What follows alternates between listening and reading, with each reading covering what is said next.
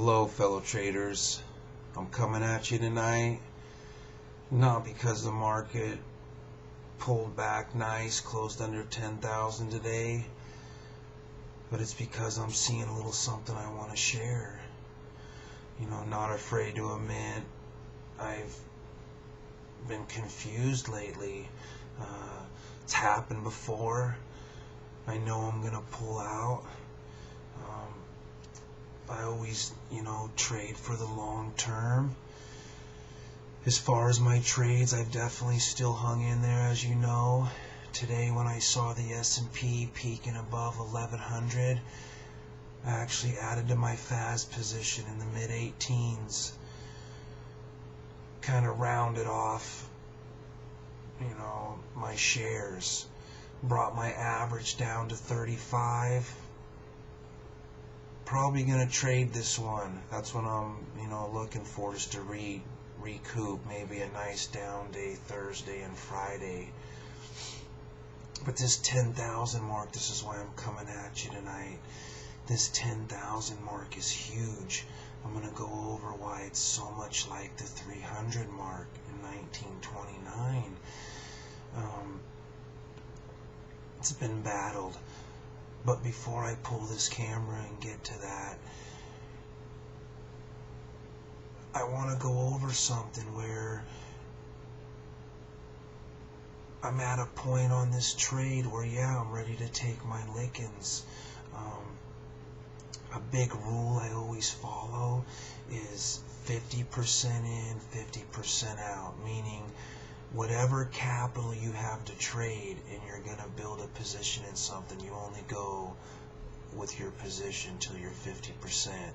And that's why I got some dry powder, as they call it, to add up here at this 10,000 mark. This 10,000 is like the most extreme the rally could have been, and it occurred.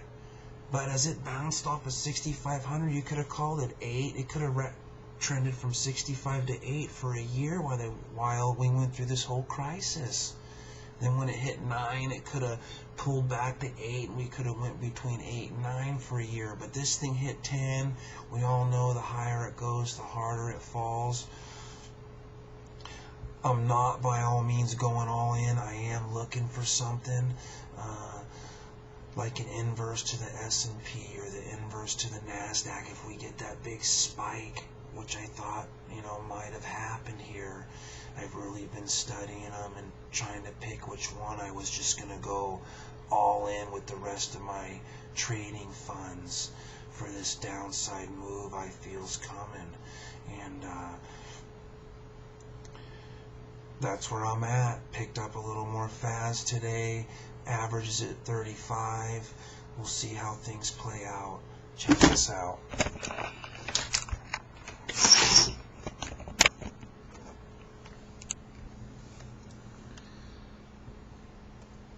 This is the Dow from 98.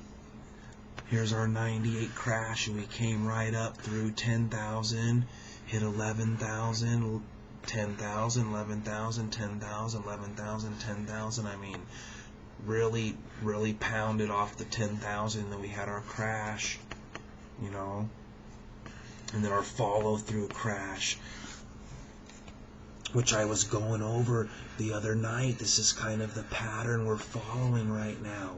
See this? This is our down. We've come up. It looked like everything was good after September 11th. GM, remember, 0%, and then we still had a washout and a retest before it was really gone. But this is when I'm going over this 10,000 right here. That's it. This is it. Like I said, am I gonna feel bad for these people that are just, are they being sucked in? Or is it just the media playing like more people are buying and being sucked in?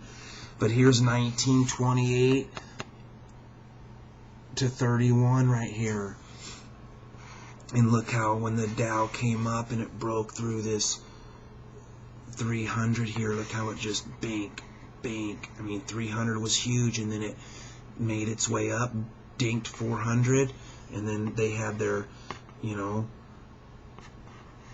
first little down leg, and then bam, the big one on October 29th, you know, like, you know.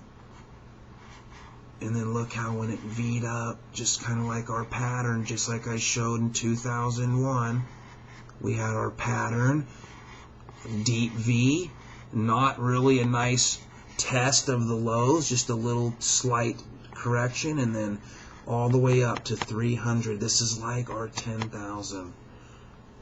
That's how huge this is.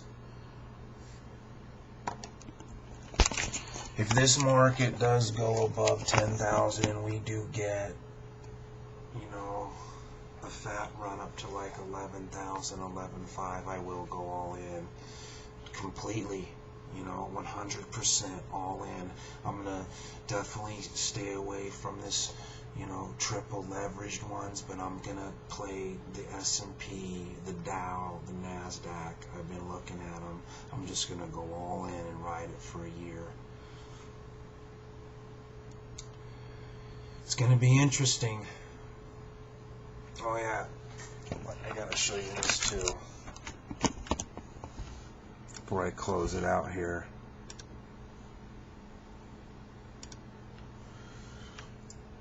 This is the riff in the Russell 1000. I mean, it was like the bell closed is what stopped this waterfall cascade. I mean, look at that. From 800 to 780. 45 minutes. Wow. On this Wells Fargo call. See the way this guy's eating up their earnings statement? We'll see, man. We'll see if the big boys get on our side soon. Good luck.